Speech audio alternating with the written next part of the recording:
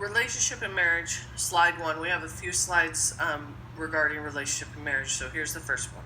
Now concerning the things whereof you wrote unto me, it is good for a man not to touch a woman, nevertheless to avoid fornication. Let every man have his own wife, and let every woman have her own husband. Let the husband render unto the wife due benevolence, and the likewise also the wife unto the husband.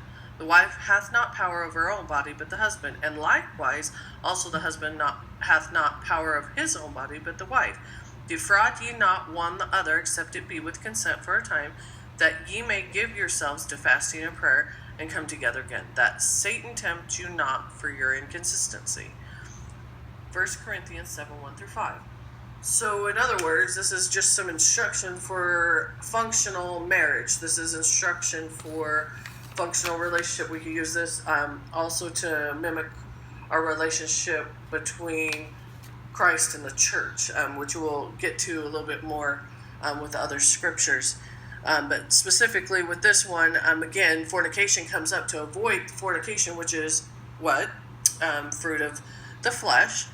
So to overcome that in marriage, we are to render ourselves benevolence, and we're supposed to love one another. We're supposed to please one another, yes. We're supposed to please Christ in everything we do. Well, we'll get to the other scriptures as well. Well, this is also, we become one when we're in marriage. Well, in our relationship with Christ, we're supposed to try to be more like Christ, to become one. We're supposed to know him. The church is supposed to be the bride, and he's the groom. So again, when we talk about marriage, also look at the fact of that. So we don't want to have the fruits of the flesh involved, the dysfunction. And so here are some examples and the different things of, don't deny your husband, and wives and the husbands, don't deny your wives.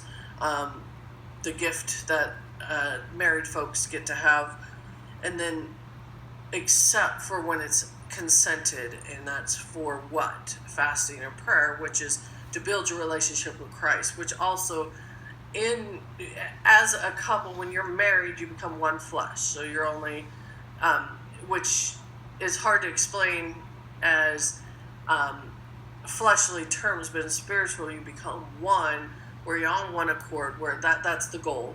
It's not always the case. We always have our our fights, our arguments, and everything, so don't worry about that. That's just us growing and changing, and it's good to have those disagreements. It's okay to have likes that your husband doesn't like, or vice versa.